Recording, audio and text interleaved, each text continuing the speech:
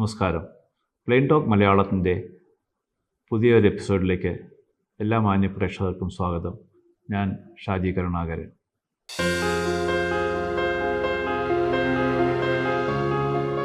ഇന്ന് നമ്മൾ സംസാരിക്കാൻ ഉദ്ദേശിക്കുന്ന വിഷയം അഹമ്മദാബാദ് ക്രാഷിൻ്റെ വിശകലനത്തിൽ ആറാമത്തേതും അവസാനത്തേതുമായിട്ടുള്ള വിഷയമാണ്. അതായത് ടേക്ക് ഓഫ് വാർണിംഗ് പൈലറ്റിന് കിട്ടിയിരുന്നോ അതെയോ എല്ലാ കോൺഫിഗറേഷനും കറക്റ്റായിരുന്നോ എന്നുള്ളതാണ്.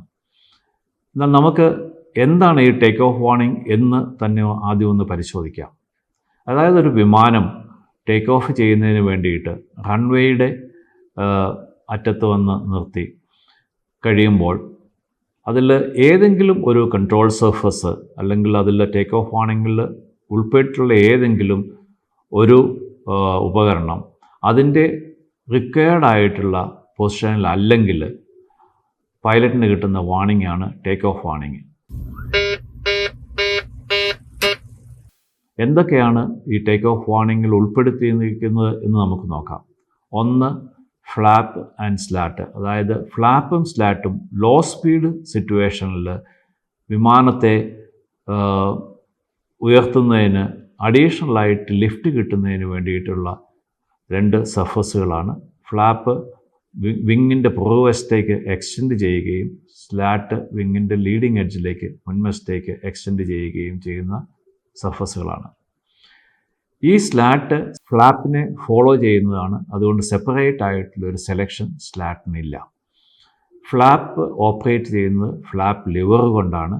ഫ്ലാപ്പ് ലിവറിന് പൊസിഷൻ സ്ലോട്ടഡ് പൊസിഷനാണ്. അതായത് ഫിക്സ്ഡ് പൊസിഷൻസ് ആണ്. 1, 0, 1, 5, 10, 15, 25 അങ്ങനെയുള്ള പൊസിഷൻസാണ്.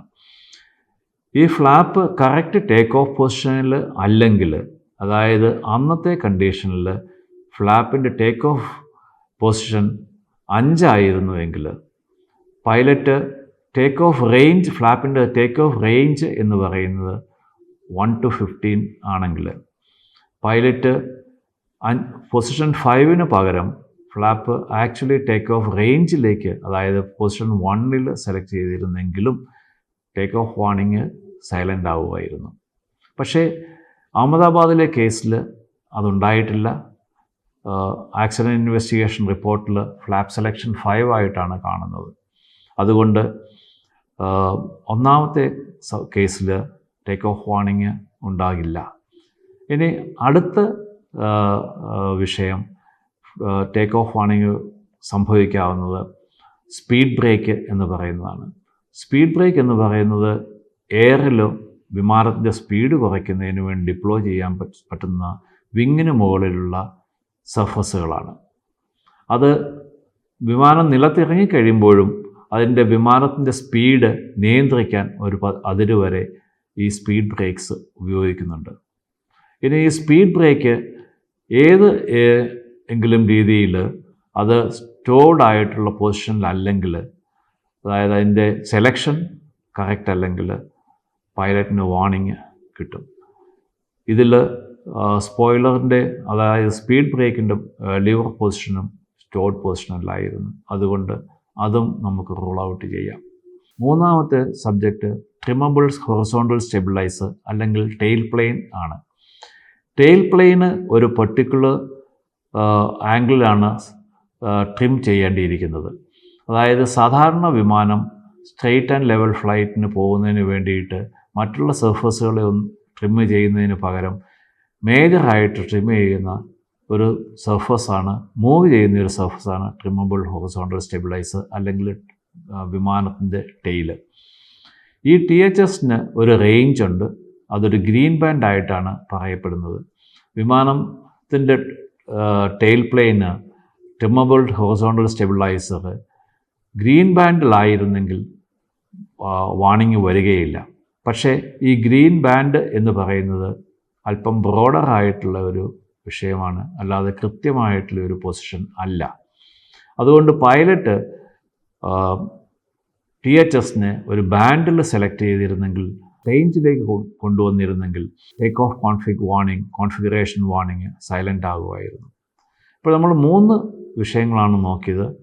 ഫ്ലാപ്പ് റേഞ്ചിലായിരുന്നെങ്കിൽ ടേക്ക് ഓഫ് വാർണിംഗ് സൈലൻ്റ് ആവും, അല്ലെ കോൺഫിഗ് വാർണിംഗ് വരില്ല. ഫ്ലാപ്പ് കറക്റ്റ് പൊസിഷനിലായിരിക്കണമെന്നില്ല. റിമൂവബിൾ ഹൊറിസോണ്ടൽ സ്റ്റെബിലൈസർ ഗ്രീൻ ബാൻഡിൽ സെലക്ട് ചെയ്തിരുന്നെങ്കിൽ ടേക്ക് ഓഫ് കോൺഫിഗ് വാർണിംഗ് വരില്ല. കറക്റ്റ് പൊസിഷനിലായിരിക്കണമെന്ന് നിർബന്ധമില്ല. അതുപോലെ തന്നെ സ്പോയിൽ, അതായത് സ്പീഡ് ബ്രേക്ക് റിട്രാക്റ്റഡായിരിക്കണം, സ്റ്റോർഡ് പൊസിഷനിലായിരിക്കണം.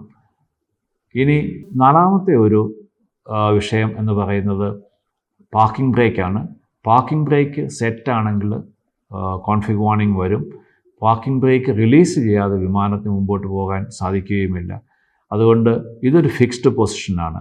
അതായത് സ്പോയിലറിൻ്റെയും, അതായത് സ്പീഡ് ബ്രേക്ക് സ്പോയിലറിൻ്റെയും പാർക്കിംഗ് ബ്രേക്കിൻ്റെയും ഫിക്സ്ഡ് പൊസിഷനും THSൻ്റെയും ഫ്ലാപ്പിൻ്റെയും ഒരു റേഞ്ചുമാണ്. ഇനി ഈ സിറ്റുവേഷനിൽ പൈലറ്റ് ടേക്ക് ഓഫിന് എൻജിൻ ത്രോട്ടിൽ, അതായത് ആക്സിലറേറ്റർ, വിമാനത്തിൽ അറിയപ്പെടുന്നത് ത്രോട്ടിൽ എന്നാണ്. എൻജിൻ ത്രോട്ടിൽ മുമ്പോട്ട് മൂവ് ചെയ്യുമ്പോൾ, ടേക്ക് ഓഫിന് വേണ്ടിയിട്ട് ചെയ്യുമ്പോൾ, ഇതിൽ ഈ പറയപ്പെടുന്ന ഏതെങ്കിലും 4 ഐറ്റംസ് അതിൻ്റെ ടേക്ക് ഓഫ് സെലക്ഷനിലല്ല എങ്കിൽ ടേക്ക് ഓഫ് കോൺഫിഗറേഷൻ വാർണിംഗ് വരും. ഐകാസ് എന്ന് പറയുന്ന ഡിസ്പ്ലേയിൽ പൈലറ്റിന് മുമ്പിൽ ഒരു ഏത് സിസ്റ്റമാണ് ഈ ടേക്ക് ഓഫ് കോൺഫിഗറേഷൻ അല്ലാത്തത് എന്നുള്ളത് ഒരു റെഡ് വാർണിംഗ് ആയിട്ട് വരികയും പൈലറ്റ് അത് റീസെറ്റ് ചെയ്ത് കഴിഞ്ഞാൽ മാത്രമേ വാർണിംഗ്സ് എല്ലാം സൈലൻസ് ആവുകയും ചെയ്യുകയുള്ളൂ. അതുകൊണ്ട് അഹമ്മദാബാദിലെ പെർട്ടിക്കുലർ കേസിൽ ഒരു ടേക്ക് ഓഫ് കോൺഫിഗ് വാർണിംഗ് ഉണ്ടായിരുന്നില്ല എന്നുള്ളതാണ് വാസ്തവം. കാരണം ഉണ്ടായിരുന്നു എങ്കിൽ ഈ വോയിസ് റെക്കോർഡറിലും അത് റിഫ്ലക്റ്റ് ചെയ്യേണ്ടിയിരുന്നതാണ്. അതുകൊണ്ട് ടേക്ക് ഓഫ് കോൺഫിഗ് വാർണിംഗ് അഹമ്മദാബാദിലെ കേസിൽ നമുക്ക് റൂൾ ഔട്ട് ചെയ്യാം. പക്ഷേ ഇതിൽ 2 കാര്യങ്ങളാണ് നമ്മൾ പറഞ്ഞത്. ഒന്ന് ഫിക്സ്ഡ് വാല്യൂസ്, 2 റേഞ്ച്.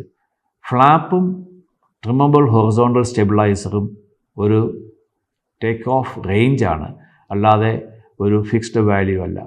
അതുകൊണ്ട് മാനുഫാക്ചറേഴ്സിനും റെഗുലേറ്റേഴ്സിനും ഉള്ള ഒരു റിക്വസ്റ്റ്, ഫ്ലാപ്പ് സെലക്ഷൻ കറക്റ്റ് വാല്യൂവിൽ ആയിരിക്കണം take off config warning silence ആകണമെങ്കിൽ. അതുപോലെ തന്നെ റിമൂവബിൾ ഹൊറിസോണ്ടൽ സ്റ്റെബിലൈസർ ഒരു റേഞ്ച് എന്നതിന് പകരം അതിൻ്റെ ആ പർട്ടിക്കുലർ ഓപ്പറേഷൻസിൻ്റെ കറക്റ്റായിട്ടുള്ള പൊസിഷനിൽ സെലക്ട് ചെയ്താൽ മാത്രമേ take off config warning silent ആകാവൂ എന്നുള്ള ഒരു സിസ്റ്റം ഇൻട്രൊഡ്യൂസ് ചെയ്ത് കഴിഞ്ഞാൽ, അതായത് സോഫ്റ്റ്വെയർ അപ്ഡേറ്റ് ചെയ്ത് കഴിഞ്ഞാൽ പൈലറ്റിന് ഒരു ചെറിയ മിസ്റ്റേക്ക് വന്നു കഴിഞ്ഞാലും ടേക്ക് ഓഫ് കോൺഫിഗ് വാർണിംഗ് വരും. അവർക്കറിയാം അവർ സെലക്ട് ചെയ്തു, പക്ഷേ കറക്റ്റ് പൊസിഷനിലല്ല എന്നുള്ളതും കറക്ഷനുള്ള ഓപ്പർച്യൂണിറ്റി കിട്ടുകയും ചെയ്യും. അത് നിർബന്ധമായിട്ടും നടപ്പാക്കണം എന്നുള്ള ഒരഭിപ്രായം ഉണ്ട്. ഇനി നമുക്ക് ഈ 171-ൻ്റെ ആക്സിഡൻറ്റിനെ പറ്റി ഉള്ള വിശകലനത്തിൽ വന്ന 6 വിഷയങ്ങൾ എന്താണ് ഒന്ന് നോക്കാം. 1, ക്യാബിൻ ബാഗേജ് 100% അക്കൗണ്ടബിൾ ആയിരിക്കണം. 2, fuel tankering by law ban ചെയ്യണം. 3, auxiliary power unit safe altitude എത്തുന്നത് വരെ റണ്ണ് ചെയ്തിരിക്കണം. 4, റാം എയർ ടർബൈൻ്റെ ഓട്ടോ ഡിപ്ലോയ്മെൻറ്റ് വിമാനം ഒരു സേഫ് ഓൾട്ടിറ്റ്യൂഡ് എത്തുന്നത് വരെ ഇൻഹിബിറ്റ് ചെയ്തിരിക്കണം. 5-മത്തത് ഫാഡക്കിൻ്റെ auto shut down capabilities remove ചെയ്യണം, അറ്റ്ലീസ്റ്റ് എൻജിൻ ഒരു സേഫ് ഓൾട്ടിറ്റ്യൂഡിൽ എത്തുന്നത് വരെ. 6-മത്തെ വിഷയം ടേക്ക് ഓഫ് കോൺഫിഗറേഷൻ വാർണിംഗ് ഒരു റേഞ്ചിന് പകരം ഫിക്സ്ഡ് ആയിട്ടുള്ള വാല്യൂ ആയിട്ട് നിജപ്പെടുത്തണം. നമ്മൾ പ്രതിപാദിച്ച ഈ 6 കാര്യങ്ങൾ ഒരുപക്ഷെ പരിഹരിക്കപ്പെട്ടാൽ ഭാവിയിൽ ഉള്ള ഏതെങ്കിലും ആക്സിഡൻ്റ് അല്ലെ ഇൻസിഡൻറ്റിനെ ഒരുപക്ഷെ പ്രതിരോധിക്കാൻ സാധിച്ചെന്നിരിക്കാം. അതുകൊണ്ട് ഇത് കമ്പൽസറി ആയിട്ട് നടപ്പാക്കണം എന്നുള്ള അഭ്യർത്ഥനയോടുകൂടി ഈ വീഡിയോ അവസാനിപ്പിക്കുന്നു. എല്ലാവർക്കും നന്ദി, നമസ്കാരം. ഏതാണ്ട് 1 മാസം മുമ്പ്, അതായത് ഡിസംബർ 2025 ഒരു വിചിത്രമായ ന്യൂസ് എല്ലാ മീഡിയയിലും ആഘോഷിക്കുകയുണ്ടായി. അതായത് എയർ ഇന്ത്യ ഇവിടെ ഒരു ബോയിങ് 737 വിമാനം കളഞ്ഞു കിട്ടിയെന്നും വർഷങ്ങളായിട്ട് മുമ്പ് കാണാതെ പോയ ഒരു വിമാനമായിരുന്നു എന്നുമായിരുന്നു അതിലെ ന്യൂസ്. 2007 എയർ ഇന്ത്യ പോസ്റ്റും ഗതിയുമായിട്ട് ഒരു കരാറിൽ ഏർപ്പെട്ടു.